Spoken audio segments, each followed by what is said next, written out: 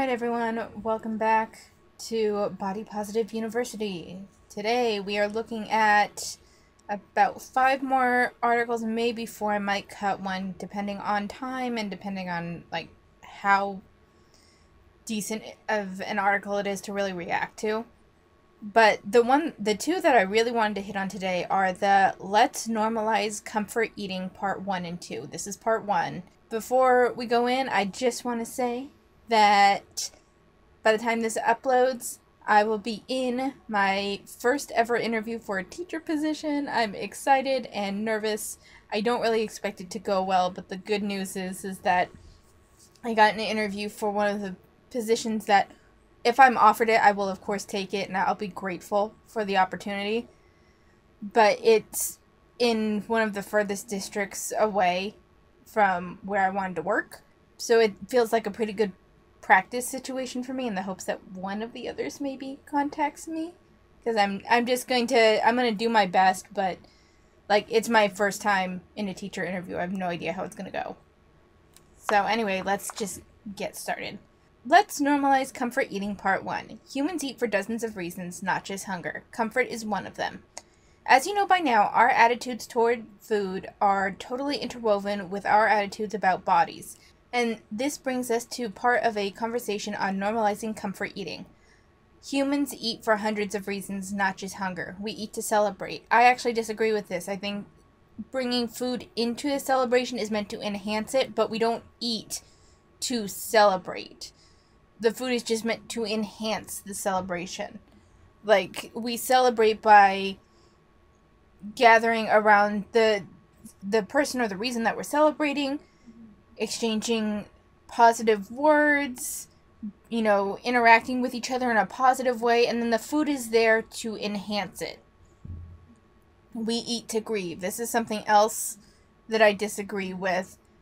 To a degree, yes, the food is there as kind of a comfort, but also a lot of the times that food is there is that the leftovers are given to the grieving family to continue to eat, because they are grieving and it's harder to cook. Families that, if there is no like potluck situation, family members will bring over, or friends or whatever, will bring over dishes that can just be like popped in the oven. Sometimes they're already made and can just be put in the microwave. And it's not for the sake of grieving, it is to help out the person that is grieving, so that's one less thing that they have to worry about in their day-to-day life while they are grieving. They have this food here that's ready. They don't have to think about dinner. They don't have to think about lunch. They can just throw some of whatever's given to them, usually a casserole, in a bowl, pop it in the microwave. Food's done. They don't have to worry about a meal. We eat to remember. I don't know what the fuck this is. I've never eaten anything to remember. I think if you're eating something to remember, fucking take a picture, get a memento, something. I don't know. Like, I don't get me wrong, I understand a level of nostalgic food. Like, when I was a kid, every summer we made watermelon cupcakes. And it's cupcakes that have like watermelon jello powder in them, and then it's a lime frosting. It's really good. It's also extremely sugary and not good for you. But every couple of summers, I make a batch, just because it does, I guess in that way, yes, I guess in that way I'm eating to remember.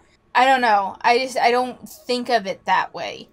I think of it as, oh, I really enjoyed this as a kid, I want to try it again. Some summers, I'm like, what the fuck? This is so sweet. How the fuck did I eat this? Other summers, like, I cut back the sugar a little bit, and it's pretty good. I don't know. And yes, we eat to self-soothe. So, yes, this is definitely a thing.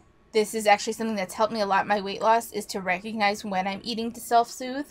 Be this stress, or depression, or anxiety, whatever. I often do eat to self-soothe. I've actually cut back on that habit a lot, because I've realized I've become cognizantly aware that I'm doing it. It's not a healthy coping mechanism. Eating to self-soothe is not a healthy coping mechanism.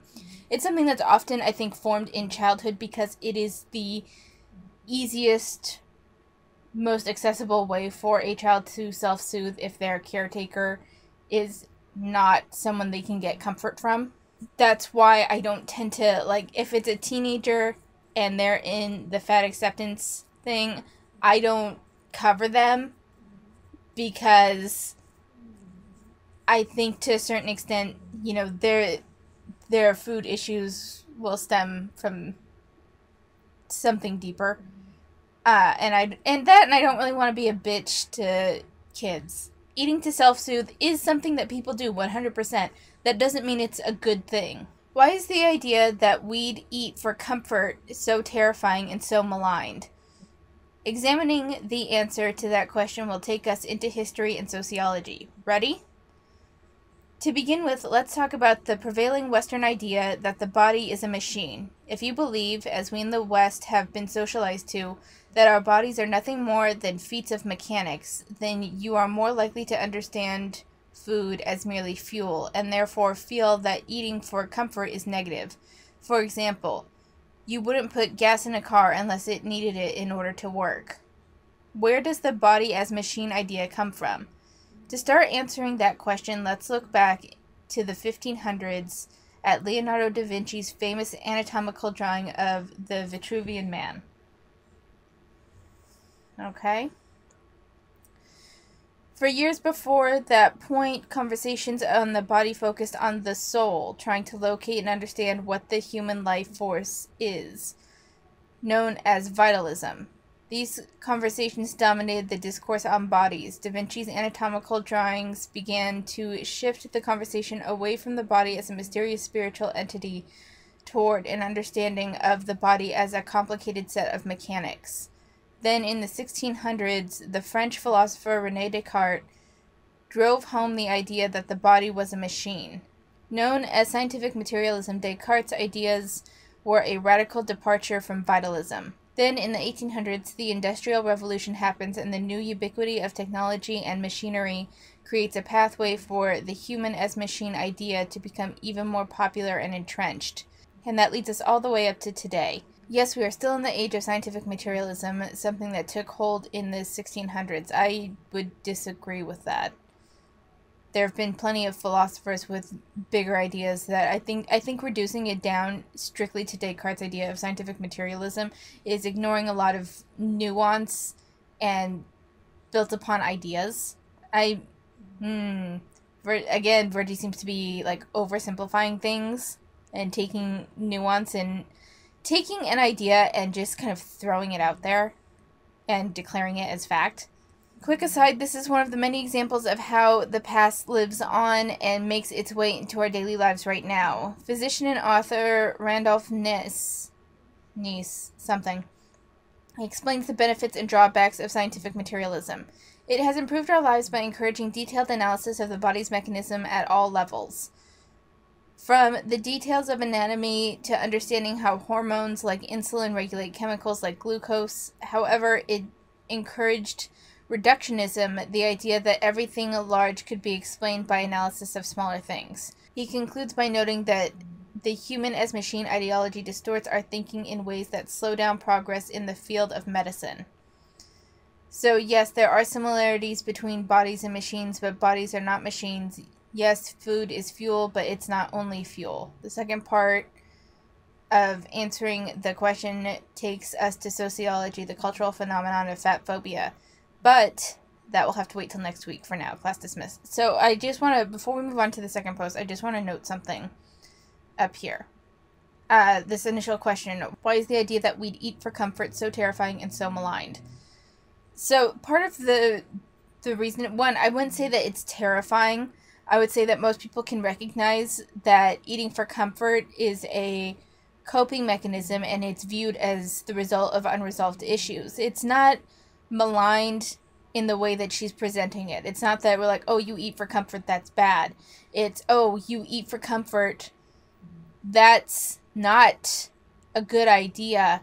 What are you avoiding? What are you trying to comfort yourself with? And what are the issues that you're not dealing with? It more comes from the maligning of it is not malicious in nature. It does tend to come from there's something you're not dealing with. Like, it's kind of half concern, half you need to confront your issues, kind of like a tough love situation. So moving on to Let's Normalize Comfort Eating Part 2. Last week we began to examine the question, why is the idea we'd eat for comfort so terrifying and so maligned? We looked to history for part of the answer. We've been socialized to see our bodies as machines. The body as machine belief, known as scientific materialism, developed over 400 years ago in Europe. Scientific materialism facilitates understanding food as only fuel and comfort eating as negative. And I, again, say it's more nuanced than that. Now, as promised in part 1, let's keep looking for answers to this question. Today, we'll take a look at sociology, specifically the cultural phenomenon of fat phobia. Fat phobia, as we've discussed at BPU before, isn't based in science, it's based in bigotry against larger bodies. We've been socialized to believe that how you eat is the most important determinant of your body size. Though eating impacts the size of some people's bodies, this belief is far from complete. Where does this belief come from? The misapplication of the first law of thermodynamics. Energy in, energy out. My God, Virgie is like covering all sorts of things that I would put money down on that she has at fucking best, a basic understanding of. She's going to talk to us about thermodynamics. She's going to talk to us about scientific materialism, which is a philosophical school of thought. If there's any, so here's the thing. I am not well versed in philosophy, and I'm not well versed in physics. For any of you that are, please give more detailed explanations in the comments, and if you feel like it, and if possible, also how Virgie gets things wrong. Because I am not I don't have a wealth of knowledge to refute her points in a cohesive manner that I'm sure someone with a bigger wealth of knowledge behind these particular topics would. Or calories in, calories out.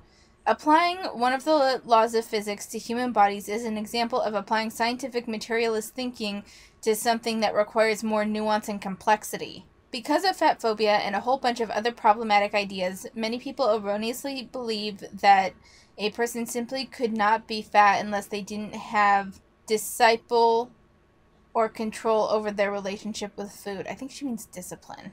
Just to be 100% clear, this just isn't true. This is just bigotry. So, one thing I will say that I'm noticing is when she says applying one of the laws of physics to human bodies is an example of applying scientific materialist thinking to something that requires more nuance and complexity.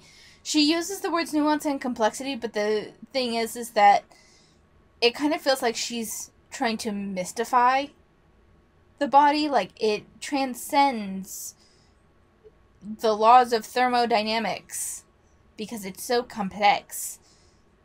And in reality, I feel like she just probably doesn't have a decent understanding of anything in order to understand how this works.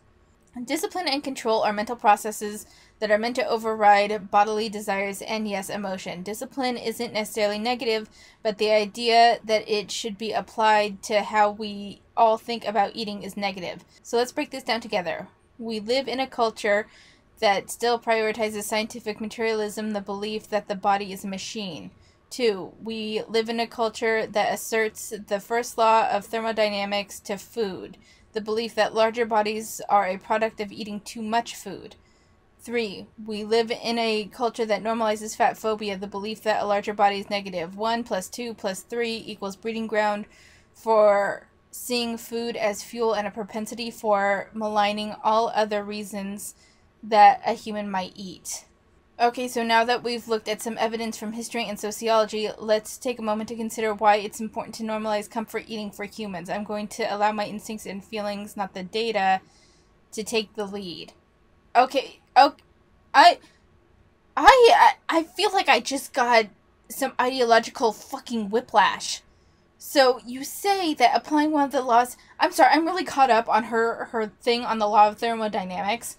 But she says applying one of the laws of physics to human bodies is an example of applying scientific materialist thinking to something that requires more nuance and complexity. But then she gives none of that nuance and complexity. She explains none of it. She goes straight into what she perceives as a sociological issue of fat phobia and how it's related to bigotry, but it does nothing to discredit the notion of thermodynamics when applied to the human body. It expands nothing on that. Like, here's the thing. If you have a better background in physics and philosophy, please still put it in the comment below.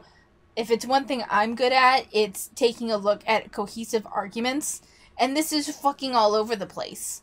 Like, she made a claim and she backed it up fuck all. Like, what in the fuck? What? What? Like, you say it requires more nuance and complexity, and yet nothing has...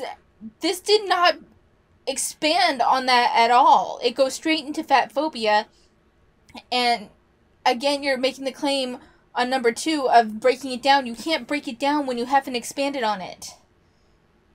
Breaking it down would be breaking down how the body requires more nuance and complexity that the application of thermodynamics as a one-to-one does not fit.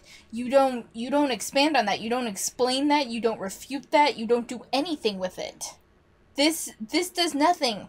It does nothing, but it does one thing I will notice is that it does a hard pivot of creating...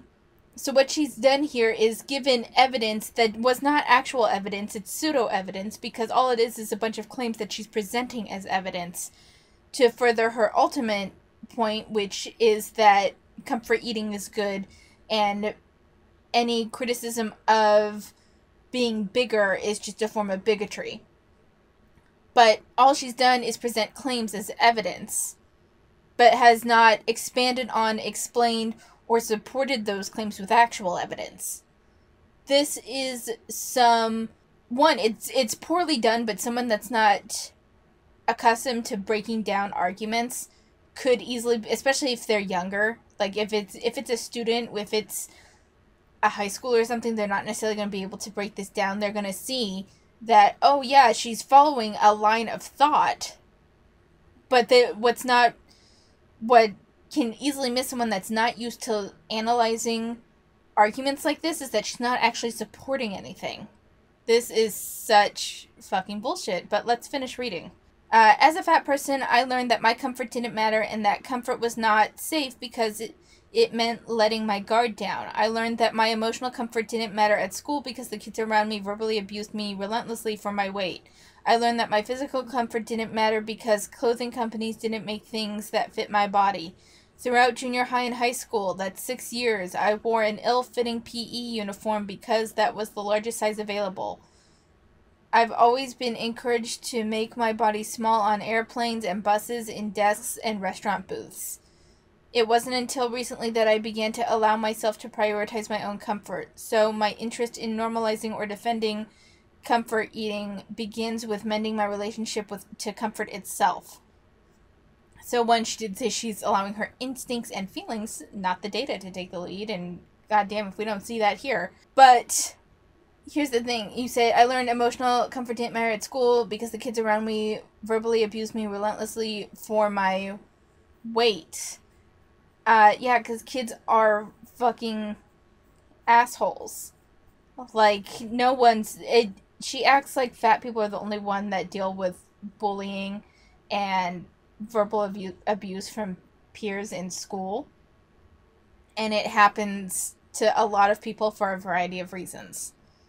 Like, I'm not saying it's right, and there's been steps in recent education practices to kind of mend this and prevent this from happening, but to a certain extent it's an unfortunate part of being a kid and stuck with a bunch of your peers. I learned that physical comfort didn't matter because clothing companies didn't make things that fit my body. That's not someone saying that your physical comfort doesn't matter. That's not what someone's saying. It's that these are the options that we have available and this is the best that we can do. If your physical comfort didn't matter, they would force you to wear a size smaller than the biggest one they had because they didn't care. They're like, well, this is the first one that I pulled out, so just throw it on. They tried to make you more physically comfortable by giving you the largest size that they had. And I'm sorry, but an ill-fitting PE uniform from a public school, I'm sure it was ill-fitting for a lot of people, not just you, not just because you were fat either. I'm sure there were taller people that had ill-fitting uniforms. I'm sure some of the girls that developed faster had ill-fitting uniforms. Like, it's one of those things of mass production. It just happens sometimes. Schools are about trying to stretch that budget as much as they can. It's not a personal attack. And then making yourself smaller on airplanes, buses, and desks and restaurant booths. That's also just called kind of being considerate. Like, I'm sorry that you're uncomfortable. I am. But I am not so big that I require 2 seats. Not even close. Like, I'm actually very much in the overweight category now, and I'm super thrilled about that. So, I guess if we had to go with the terminology, I'd be what you call mid-size. I'm not fat. I'm just I'm a little bit bigger than the average person. When someone sits next to me, I make an effort to make sure I stay within the realm of my seat. If we're sharing a armrest, I try to make sure not to take that over completely unless I really need it for some reason. Sometimes if I'm dealing with a motion injury in my elbow or something, then I will take it because having it elevated feels better.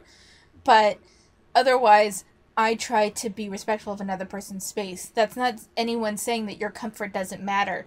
That is a matter of 2 people, ideally, should be working together to make each other not comfortable, but more comfortable than they would be otherwise. It's just a matter of consideration. You taking up space isn't the issue. It's when you take up space to the detriment of others that it's the issue. Comfort is an embodied experience. It brings us into the moment. This embodiment and presence are radical in our culture because they pull us out of productivity mode. They make a little room for our desire, our dreams, and our squishy humanness and our purpose to emerge. I actually disagree. I don't think comfort does that. Like, there have been times when I've had a lot of comfort and I've sought to, like, comfort myself with certain things, and it's usually, for me, and I think this is true for a lot of people, comfort comes from a level of consumption that doesn't just have to be food. It can be your favorite TV show, you watch a new anime, you read your favorite book, even, like, the more comfort type of crafts like crochet and knitting, stuff that, like, there's big projects that require you to push yourself outside your comfort zone, but then there's also, like, comfort projects. Like, I like making hats. That's my comfort project. Because I don't have to think about it. It doesn't challenge me in any way. And I get to just kind of have fun and have a little thing at the end of it. That's comfort. Now, as you've seen, I've been trying to learn how to draw portraits. I guess it does take me out of productivity mode, but I think you have to be in productivity mode in order to achieve a dream and to achieve a purpose. And it's like drawing the portraits, building that skill. It's not comfortable. I hate the way most of my stuff looks, but I am building a skill and I am pushing myself towards something. And that gives me a greater sense of purpose than crocheting my hats while watching an anime. I still love crocheting while watching anime. It's my favorite way to unwind. That doesn't make it inherently better than... There's creative productivity and there's productivity for your work. And I think combining those two and viewing all productivity as this method of capitalism is wrong, because there's plenty of ways to be productive that don't have to be a way of generating money. You can be productive in a joyful situation. You can be joyfully productive. So I just think this demonizing of productivity and lionizing of comfort is misguided, and again, it kind of leads me to think that this involves unresolved issues of trauma for Virgie. Food is a bridge to every part of the human experience. Humans have always eaten for comfort, and they always will. This is resoundingly positive proof that we are not machines, that we are complex, that we have an innate drive to heal ourselves. Okay, so here's the thing. I do think that humans have eaten for comfort for a long time, and they probably will continue to. I think this is a natural drive. Like when I'm not feeling good, I'll go eat because it's just a drive. That doesn't mean that it is without issue. And that doesn't mean that simply eating will allow you to heal yourself. And actually, oh my God, that we are complex, that we have an innate drive to heal ourselves. So she's equating food with healing.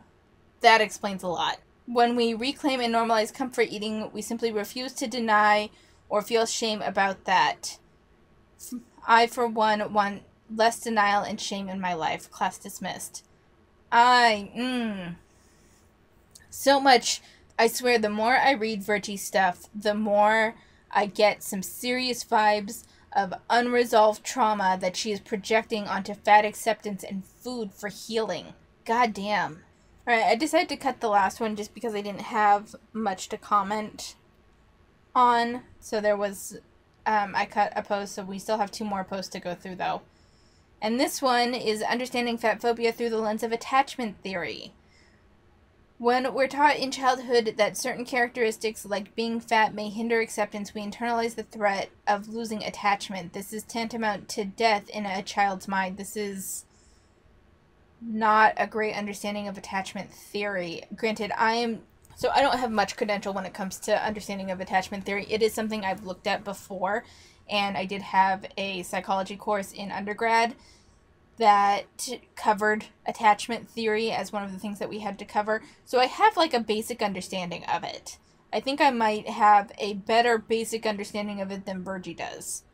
This article began with a great conversation with Ginny Jones, a visionary in understanding eating disorders and their connection to childhood development. Listen to her podcast, ED Parenting, here. If our environment cannot support our gut feelings and our emotions, then the child, in order to belong and fit in, will automatically, unwittingly, and unconsciously suppress their emotions and their connections to themselves for the sake of staying connected to the nurturing environment, without which a child cannot survive. A lot of children are in this dilemma. Can I feel and express what I feel or do? I have to suppress that in order to be acceptable, to be a good kid, to be a nice kid. I don't disagree with this general claim. Attachment is the gravitational drive to connect with somebody else. As children, we need attachment for our survival. When we're taught in childhood from our parents or from others that certain characteristics, like being fat, may hinder acceptance, we internalize the threat of losing attachment. This is tantamount to death in a child's mind. That feels a little, I don't know if, I think equating it to death over intellectualizes that a little bit, and I don't think that they go that far. I think it's less about death and more about abandonment. It's slightly different. I think kids are more likely, I don't think kids equate losing attachment with death. I think they equate losing attachment with abandonment, which is slightly different. Today we'll be looking at how fat phobia, as well as other forms of stigma, activates the threat of losing attachment to the people we need and love as children. How that threat is perceived as life-threatening, and how our lifelong stigmatizing views can remain rooted through that childhood fear of death. We'll also talk about how we have the power to develop tools for this as adults. I don't see fat phobia or any form of stigma or bias as purely willful. That is, I don't think, given the choice, that most people would choose to hold stigmatizing beliefs. I think most people, consciously or unconsciously, find them to be cumbersome, frustrating, confusing, laborious, and painful. However, I think we can willfully learn about the root causes of harmful beliefs, like you're doing now, and thoughtfully change hurtful behavior in order to be responsible members of our communities and our world. Stigma separates us from other humans. This experience of separation is spiritually very painful. We learn stigma and bias as children, and they are some of our oldest wounds and traumas. I would agree that stigma and bias, I think these are a little over intellectualized. I don't think as children we view it as stigma and bias. I think we simply view it as rejection. I think it's the rejection that causes those wounds and traumas. That rejection, whether it be from a peer group, whether it be from family, whether it be from what have you, it's the rejection that's painful. It's much more personal rather than systemic. And I could be completely off here. I'm only going based on my own experience. So if you have other experiences, go ahead. When we're talking about children, I'm thinking under 12. So that's just to give clear parameters of what I'm talking about and how I'm viewing things. If you have other experiences, I would love to hear it. It's useful to have designations for things like stigma and bias. They help us understand and articulate our social responsibility to mitigate harm, but I think of them simply as trauma. The trauma of learning as a child that there is an other form which we must remain separate. Sometimes we are that other, and that the world is organized into a hierarchy. Imagine your youngest child self who was born with no sense that there is a separation between you and everything else in the world, who is entranced by the movement of a leaf falling from a tree. Imagine that self learning the lessons of sexism, fatphobia, racism, and ableism, either overtly or covertly. To a child, all of these phobias and isms are just different iterations of I won't get acceptance or be loved if blank. To illustrate what I mean, this is how a child understands sexism, fatphobia, racism, and ableism. I won't get acceptance or be loved if I am girl-like or love girl-like people. Sexism.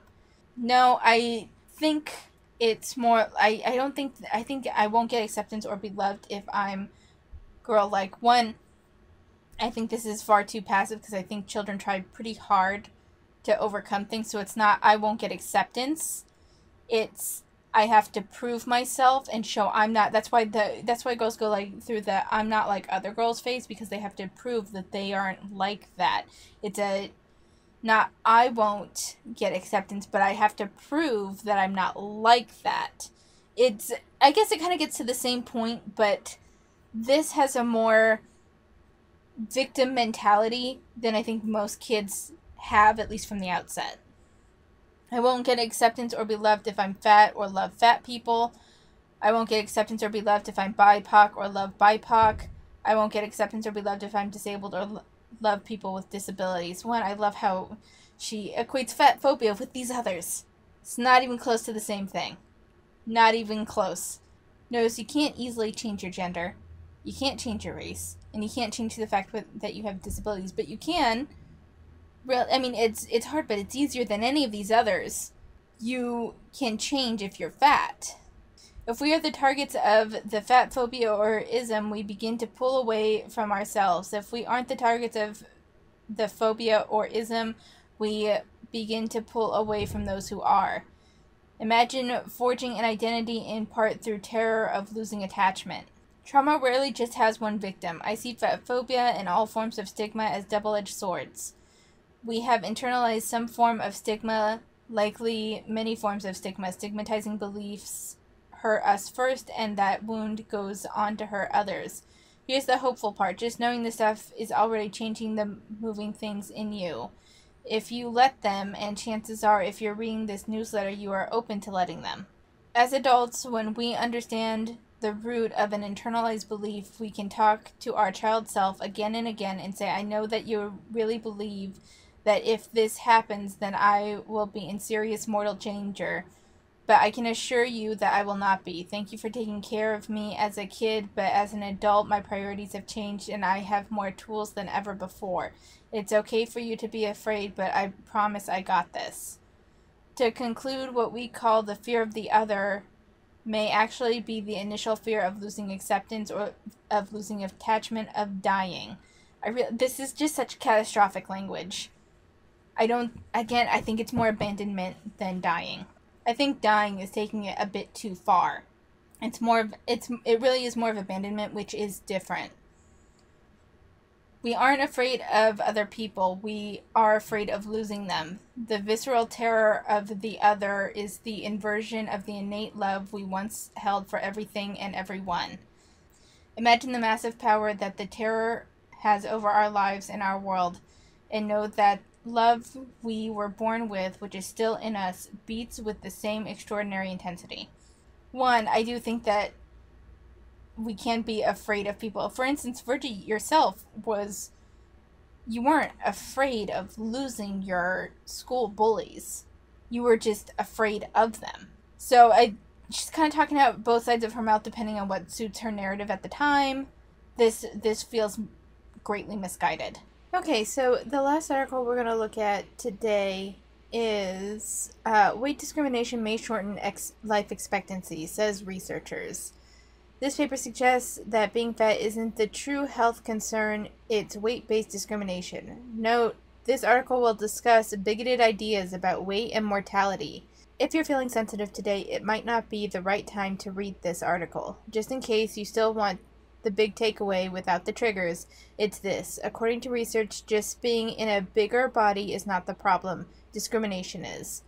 Any claims that higher weight people are just less healthy don't take into account the deleterious health effects of ongoing social stigma. One of the most triggering things you'll hear in the ongoing national conversation about weight is that being fat is tantamount to decreased life expectancy. According to a 2015 paper, however, health/life expectancy disparities that do exist between fat and thin people may actually be a product of discrimination, not weight itself. Here's the abstract from the paper titled Weight Discrimination and Risk of Mortality. Discrimination based on weight is a stressful social experience linked to declines in physical and mental health. We examined whether this harmful association extends to risk of mortality. Participants in the Health and Retirement Study and the Midlife in the United States study reported on perceived discriminatory experiences and attributed those experiences to a number of personal characteristics, including weight.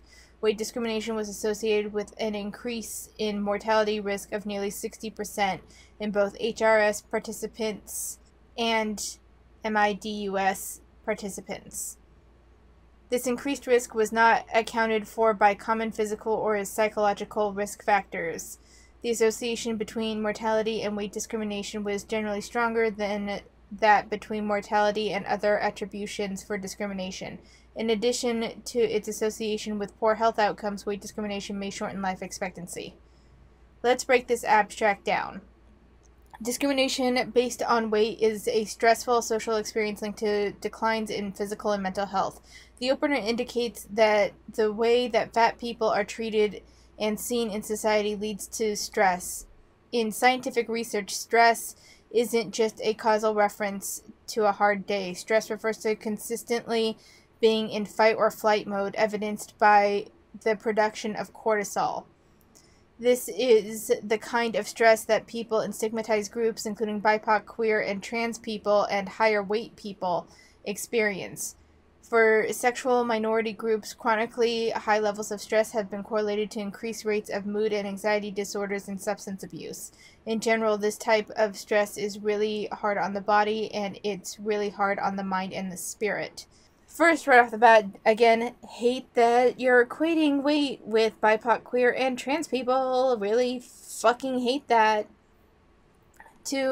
Stress does not, it does typically, when they're talking about stress, they're talking about chronic stress. Equating it with fight or flight mode is different than chronic levels of stress. So there's a little bit of the sensationalizing that we've seen from Virgie plenty of time. Furthermore, you're breaking down the fucking abstract. The abstract is like an opener. It's reductive, and it's just kind of like broad strokes of the situation with none of the nuance. And yet you're breaking down the abstract.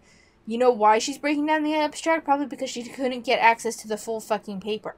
Or perhaps she read through the paper and the conclusion left too much nuance and too much open for it potentially being like a half and half situation.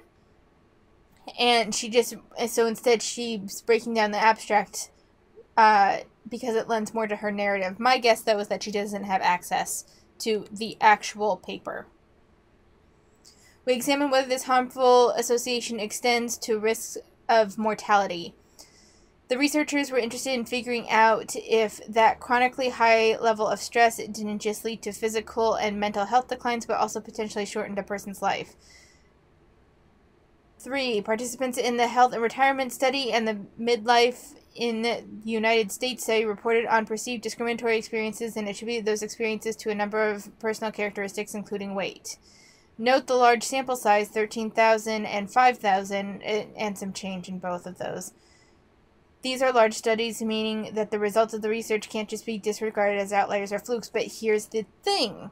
They're looking at the health and retirement study and the midlife in the United States study, meaning that, to me, what it sounds like, and it's hard to know because we're just looking at the abstract, but to me what it sounds like is that they took research that was looking at other things, and then also decided to take in the bits and pieces of information from those studies that they could kind of collect together. It doesn't mean that there is no validity to the study at all, but it does mean that further research would need to be done. One study does not indicate truth, number one. And number two, this study seems to be looking at other studies and drawing conclusions from that.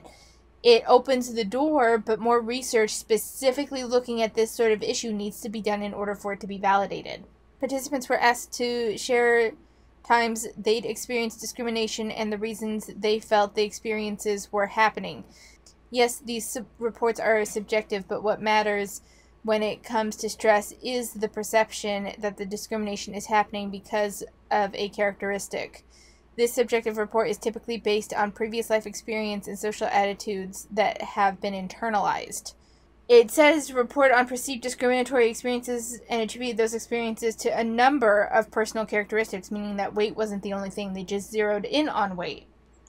Meaning that there were potentially you guys like to talk about intersectionality.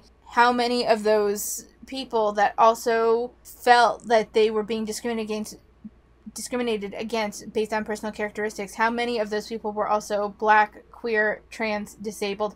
Like, how many not comorbidities, but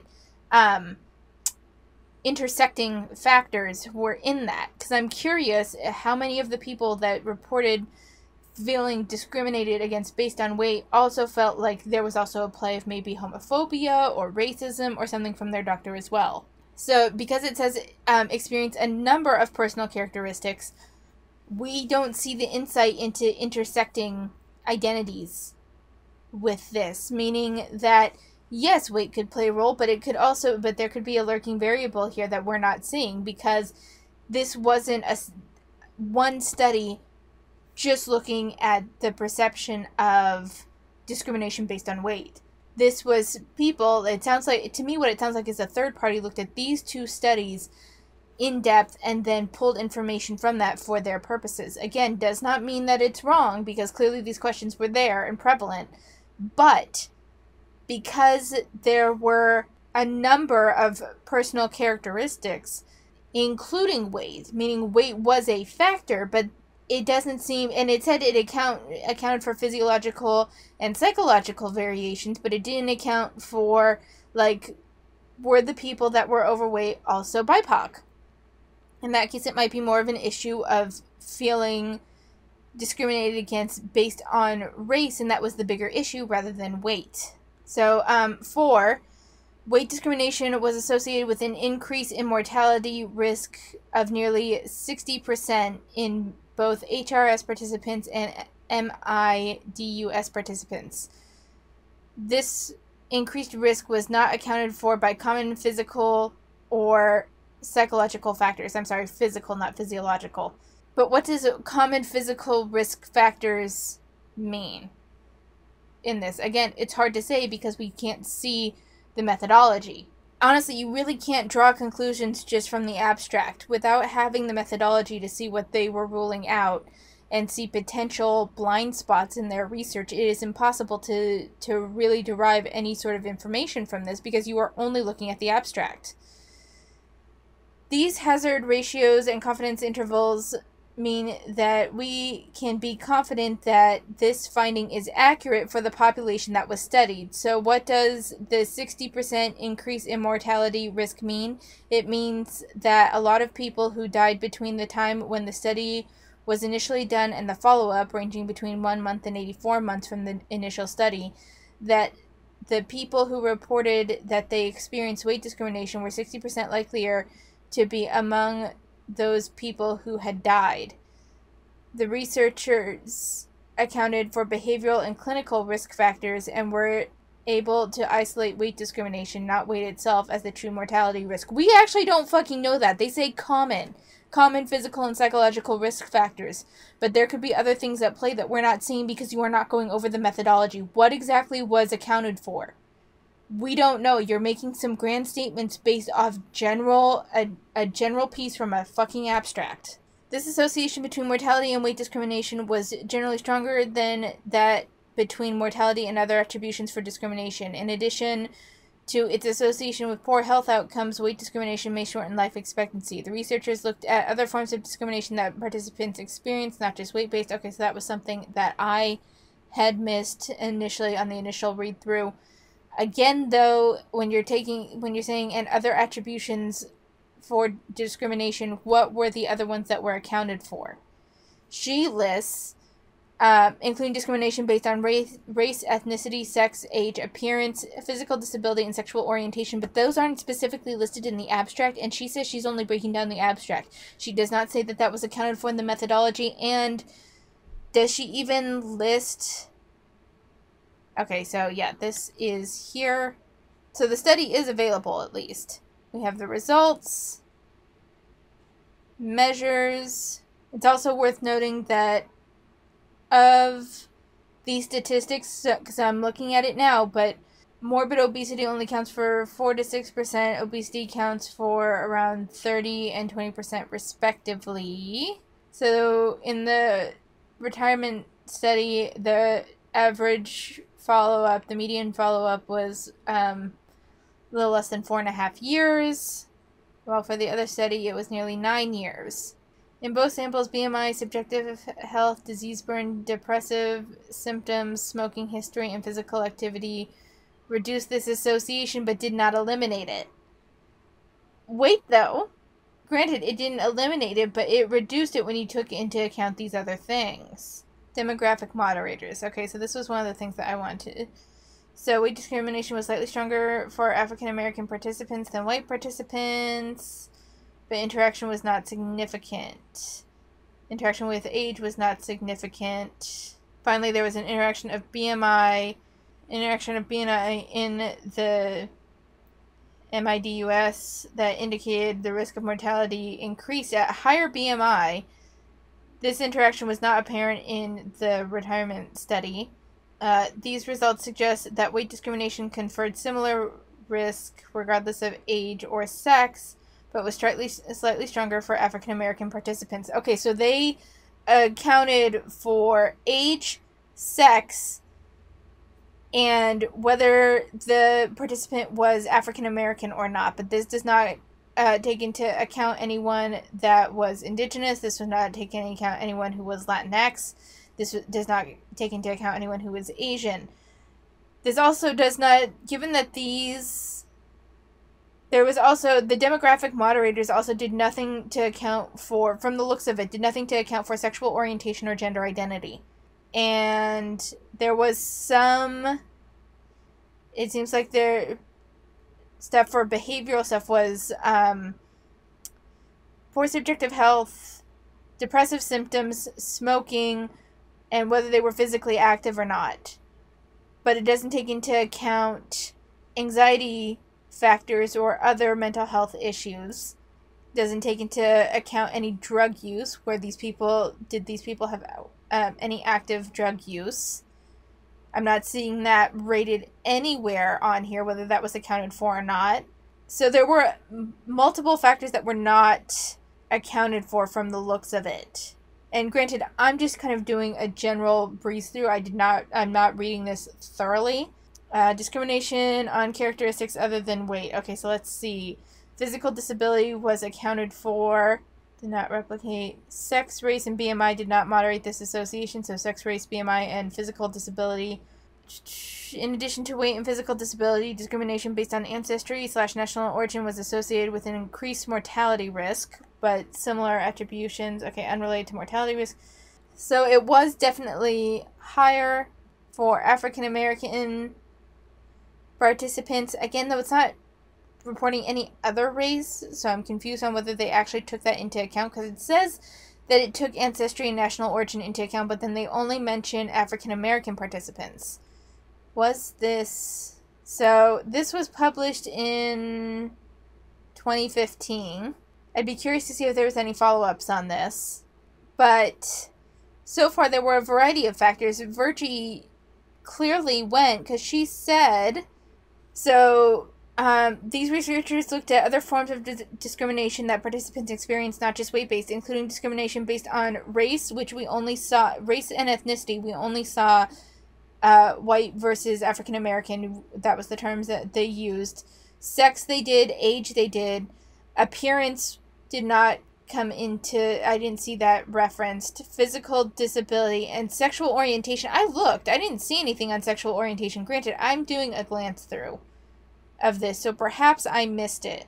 But let's see, sex, ethnicity, which we, oh, and then other unknown. Okay, education, BMI category, race, sex, age, oh, sexual orientation, there it is. So they did, I'm sorry, that was my mistake, they didn't cover sexual orientation, although that wasn't in, it looks like it was in the questions regarding it, and they didn't really mention it, though, which is what confuses me. They also took a look at smoking, physical activity, and depressive symptoms. So she's not completely misrepresenting this, but it does seem like, much as I just did kind of a cursory glance, it feels like she did a cursory glance and then did all of this. Mortality risk was highest for people who experienced weight-based discrimination and ableism, and finally weight discrimination didn't just lead to worse physical and mental health. The researchers believe there's a correlation between weight discrimination and living a shorter life. I'll share one last important quote from the full paper, which you can read for free here. Many of the diseases associated with obesity, hypertension, and diabetes are stress-related diseases that may develop in part from the stress of discrimination. So why does this matter?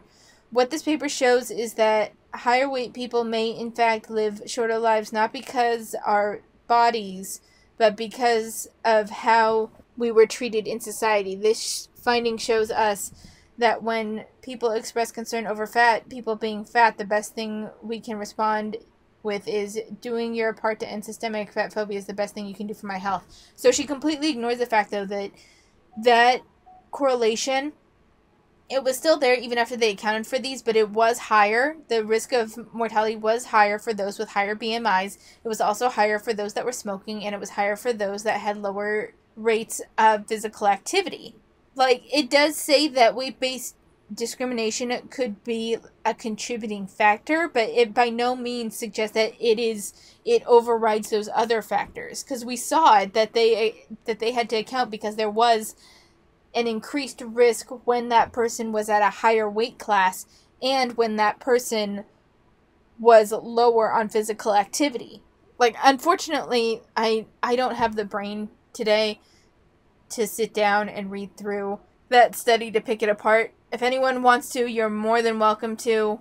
So it's Weight-Based Discrimination and Risk of Mortality by Sutton, Stefan, and Tara Ciano.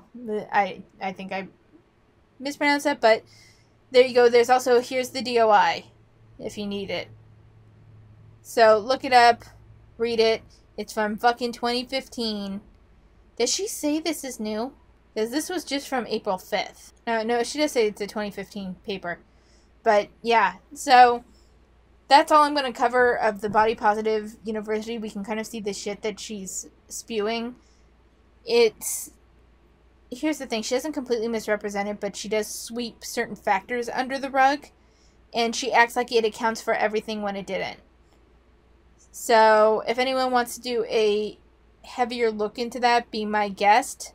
If you make a video on it, I will boost you. I will, whatever. If you want to get into the whole fat acceptance commentary community, I will, and you want to go over this paper and this fucking post from Virgie, please be my guest.